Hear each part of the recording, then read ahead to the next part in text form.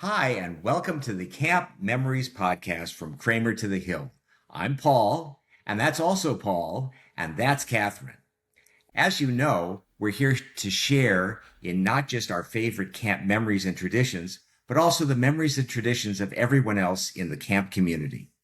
Today, we are thrilled to have our first guest, Dan Wolf, who is the son of Rabbi Alfred Wolf, the founder of Camp Hess Kramer of the Wilshire Boulevard Temple Camps.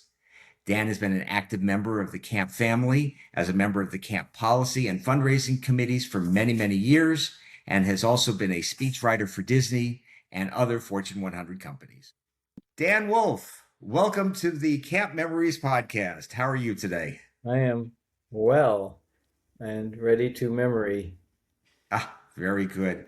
Well, for people who don't know you, what's your connection to the Wilshire Boulevard Temple Camps and specifically Camp Hess Kramer and Well, Gimli Hilltop Camp? I mean, a lot of people talk about how, the camp has been something part of their lives forever.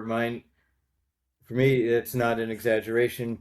When I was 2 weeks old, I was brought in a wicker basket, I am told, or a laundry basket, take your pick, depending on the lore, to Pacific Palisades, where the very first Wilshire Boulevard Temple Camp, they weren't calling it that yet, was held on rented conference grounds, Presbyterian conference grounds in Pacific Palisades in 1950, 50, not 15, 550.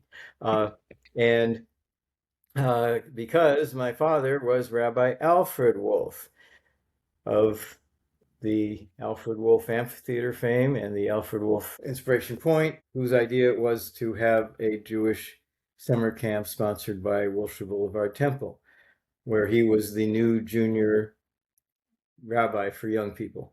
And I was born June 9th. And so 2 weeks later, they were starting the camp.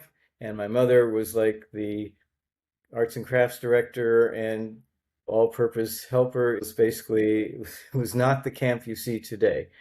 The two of them were basically in charge, and they enlisted other people to help. And they had some kids. One of the kids was a guy named Steve Brewer, who many of the listeners may be familiar with. And so I literally grew up at the camp. Then in 1952, they bought the Malibu property. In 1958, I was actually a camper for the first time. In 1971, I was a senior counselor for the last time.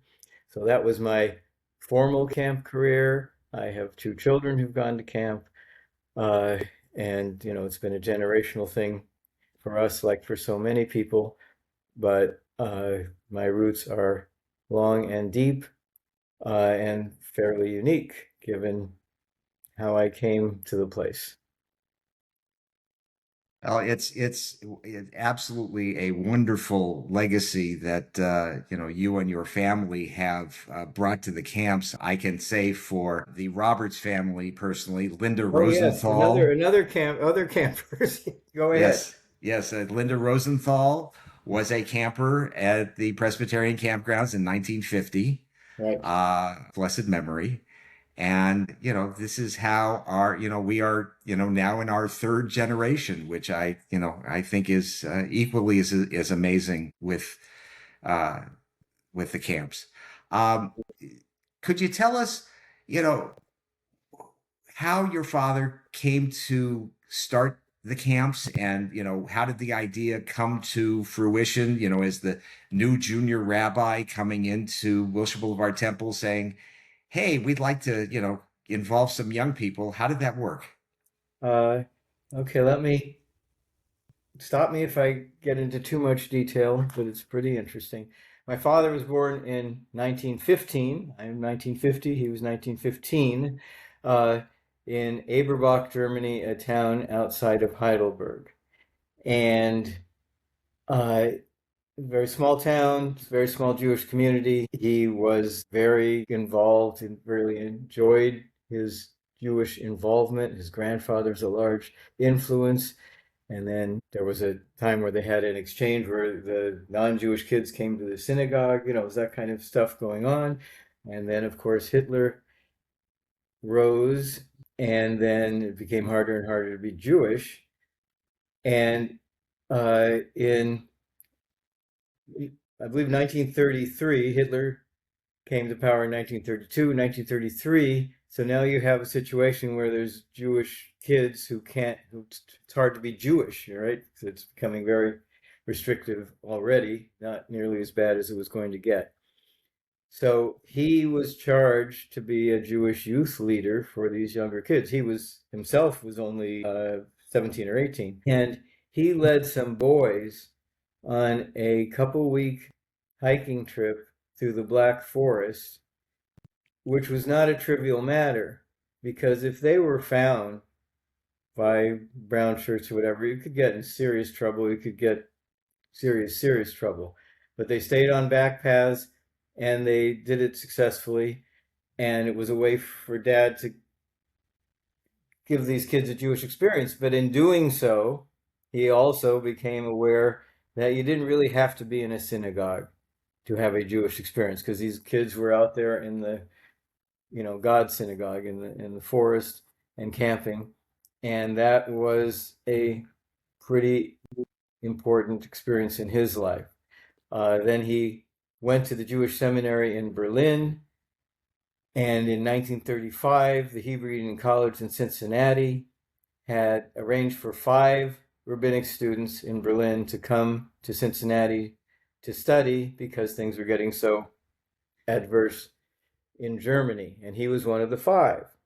So he came in 1935, and eventually he met my mother from Dayton, Ohio. They got married in 1940. 1941, he managed to get his parents and his grandmother out of a concentration camp in southern France in Gurs. They got out. He got the paperwork so they could get out on December 2nd, December 2, 1941, 5 days before Pearl Harbor.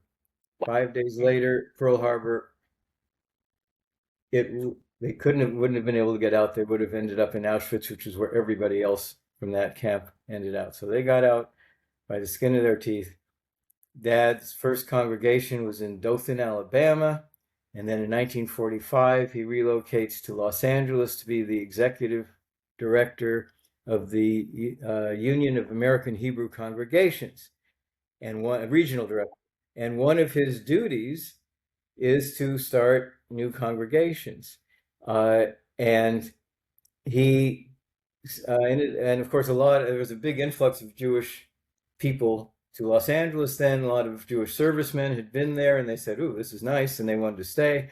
So there was a tremendous growth in Jewish population, and Dad started 12 congregations, mostly in Southern California. For instance, Leo Beck, people are familiar with, and quite a few, and a number of others.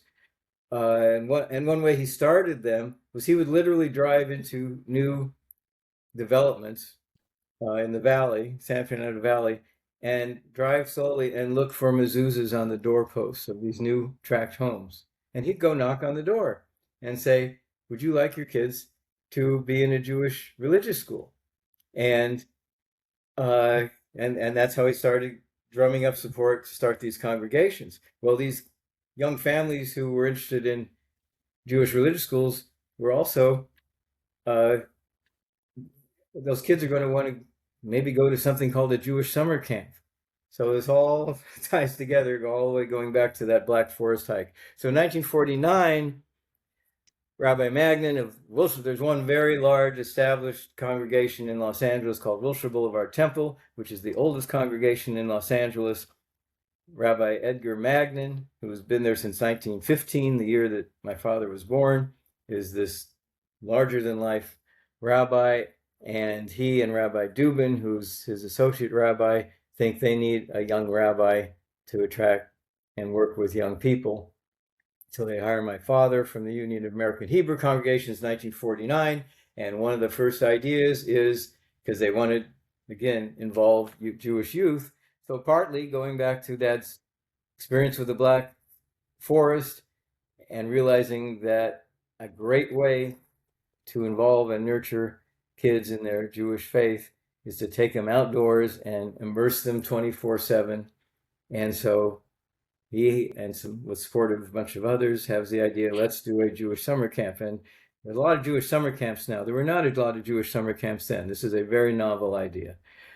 And as I said, 1950, they rent conference grounds in Pacific Palisades and take a bunch of kids in this sort of experimental event. Dad was actually using his vacation time to do this, I am told.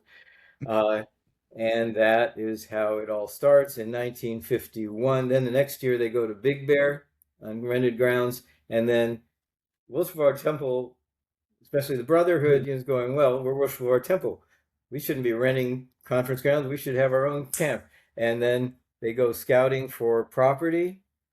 And they find this canyon in Malibu, Little Sycamore Canyon, that is largely undeveloped. And there was some controversy about it because it was so far away from the city.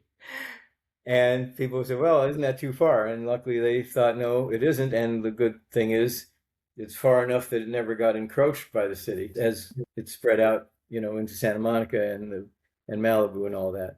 And that's, and then the amazing thing back then is you could buy property and build things real fast and start your camp in 1952.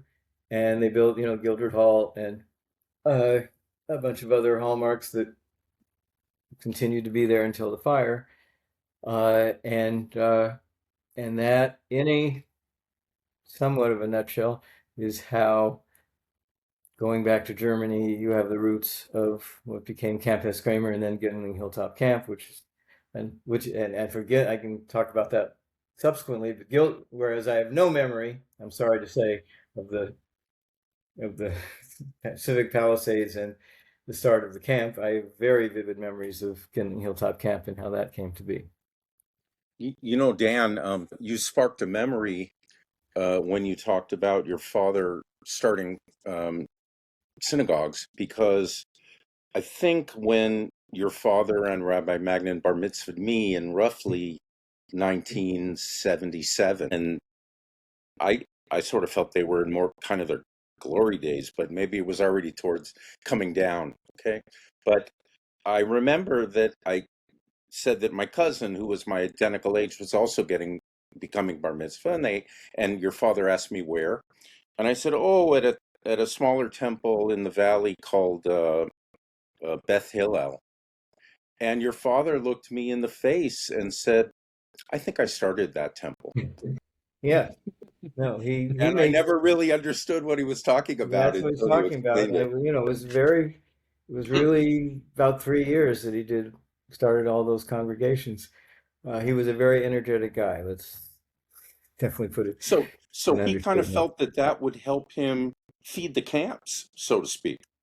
Well, I mean, it wasn't this master plan that I'm going to start these synagogues to feed a camp that I'm going to start later. It was, cumulative experiences that all related to each other. But it's certainly for a bunch of kids who went to these religious schools at these synagogues that he started, and certainly once they moved to Hess, what became Hess Kramer, it was always not just going to be Wilshire Boulevard Temple, a camp for Wilshire Boulevard Temple kids. It was always going to be a camp for Jewish kids from everywhere. And I would importantly add, it was to be a Jewish summer camp in the summer.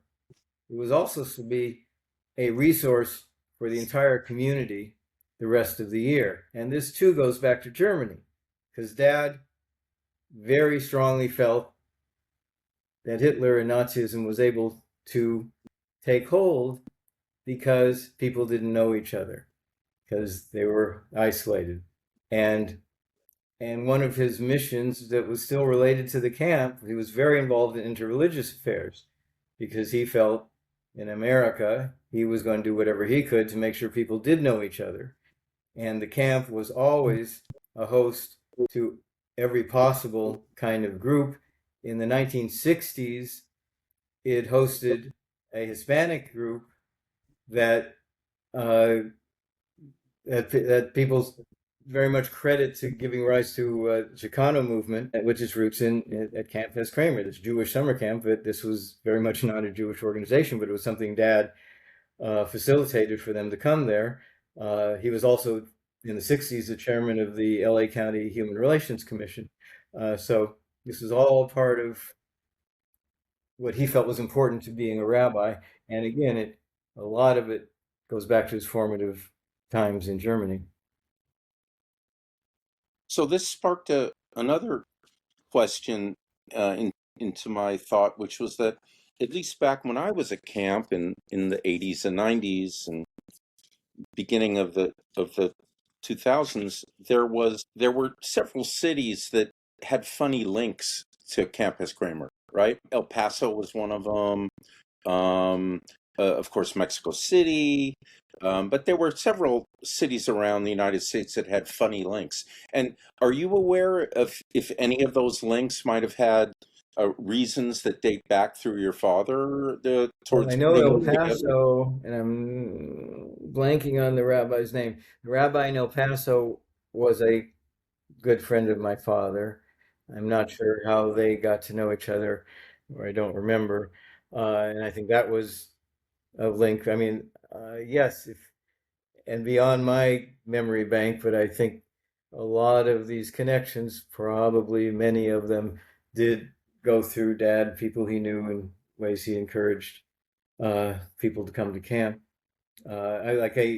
Another rabbi, one of the 5 rabbis who came in 1935 was a rabbi named Wally Kelter, and Wally Kelter ended up being a rabbi in Long Beach, and they definitely his congregation did weekends at the camp anyway. So yes, there were all these connections that you're Yeah, inferring yeah. incorrectly that ran through my dad.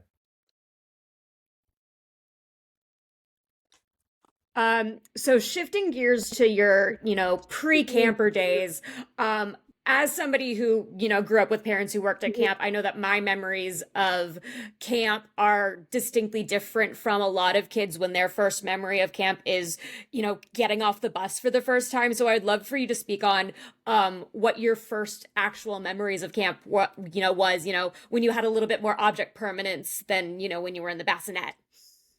Yes. Yeah, because it's I can't identify like an earliest memory. It was so every summer I was living at camp basically in my earliest years. Slowly but surely, Dad had more and more responsibilities in the city, and he spent less and less time at camp. And I think another thing to his credit, a lot of founders of organizations make it really all about them, and the organizations have trouble once those people inevitably leave. Dad very much nurtured people to take charge, and he relinquished authority to them, like Steve Brewer, and so he became less and less involved. But those first years, my early years, I was 5 or 6. It was really living at camp all summer, and it's so much so that I don't have some oh my God, my first memory and all that. It just was there. I was part of it. I remember going. We had dogs, and we had when I was 8, we got a big German Shepherd called Wolf, who was all black, and became something of another, part of the family that everybody knew at camp. So it was just all very integral, and so I was, arguably the first staff brat there, and the irony of ironies is. So finally, I'm 8 years old, and I can be a camper at camp. And I, get a sleeping bag and all that stuff, and I go up. And here was my problem. Everybody else go to camp. You don't see your parents till Visitors Day, if at all, and then you go home, right? And you're in it. My parents, I kept seeing. They would come up and go back. And so one day, after dinner at Gildred Hall, I couldn't stand it, and I went running after the car, and I went home homesick. Yes, my first summer at camp, I cut it short, went home homesick, and it was certainly my memory. I think probably I would have been okay if I was like the other kids and didn't see my parents, but I just felt that pull, and I can only imagine that was not the happiest experience for my dad to have his kid. It doesn't work. However, the next summer, back then they had a 10-day, I'm pretty sure a 10-day session, a 4-week session, a 4-week session, and a 2-week session was how the summer went. So I only enrolled for the 10-day session. Let's see if I can handle it. And I liked it so much that I stuck around for the month session, and homesickness was never a problem again. But yeah, the founder's kid had a problem the first summer. Yeah, I remember getting off the bus at the end of my first summer. I did the 8-day is what it was at the time. Right. And I was like, okay, I need to go back immediately. I need more. And then it was full sessions following on. But there have been other staff member children that have not made it through their first full sessions. So you set a precedence Yes. that Yeah. that it happens, but also you did come back, and you kept coming back, and you still have these camp connections to this day. Yes, and I also had an older brother and older sister. My brother was a camper every year until back then they didn't have CIT, and he did the first year of junior counselor, and he liked being a camper more than being a counselor, and then he was no longer went to camp. My sister really went all the way through, and she became the dance counselor, and so she had a long camp career also, as did I. And she did not, as far as I remember, ever get homesick.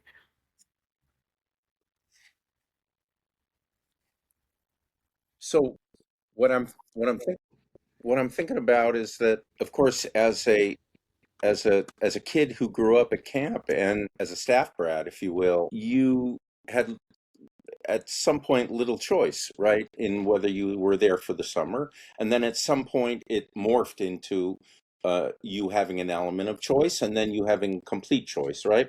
And then Right. that's in contradistinction to kids um, who were never children of staff, who were, so voracious to get to camp for their 1 week, and had the experience that Katie said, which is like you finish your week or your 10 days and then you want more. And then it's, of course, wait till next year, which is a long time to wait. But you were on shall we say, an increased cycle.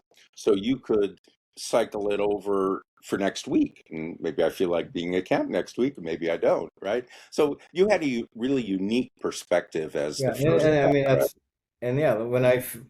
once I was no longer a homesick problem, when I finished my sessions at camp, but then I would inevitably be going back several times, whatever, with my parents, for Shabbat, for whatever, and I'd see the counselors and I'd be hanging out and all that. So it was very inherently different from the typical kid who gets that memorable period and then you wait another year. And for me, there was never waiting. There was waiting for the camping experience, the full experience, but not for being there.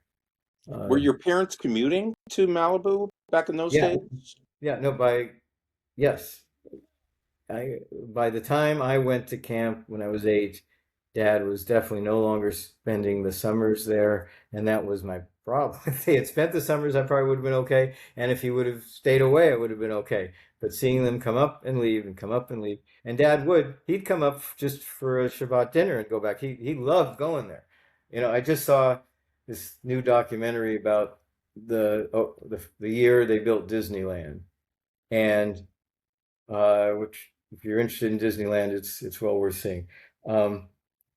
And I also had a career at Disney, and I became very familiar with Walt Disney and his whole story, and I knew people who had worked for him. Anyway, I always see these parallels between Walt and his dream of building Disneyland and the fact that he never tired of going there and he kept wanting to improve it and he kept saying we should do this and this and this, and seeing Dad with the camps and how he could never get enough of going there, and whenever he walked around, he'd be saying we should be fixing this or we should be improving this or we could do this program change or whatever. It was so much you know, so a part of him, he loved it so much, and of course, you know, and he saw the results. These people, I mean, for me, it is not unusual. I'll tell you one quick story. Once I was in, I think, Phoenix, getting on Southwest Airlines, and I was wearing a Wilson Boulevard Temple Camps polo shirt. And the guy taking the ticket said, "You went to camp?" You know, you get, or, you know, or they recognize me, or they know my father, whatever. So, you know, the extent, you know, the number of people that have been impacted, and that, you know, will sometimes see me, and who I have no idea who they are, but they know who I am or who my father was.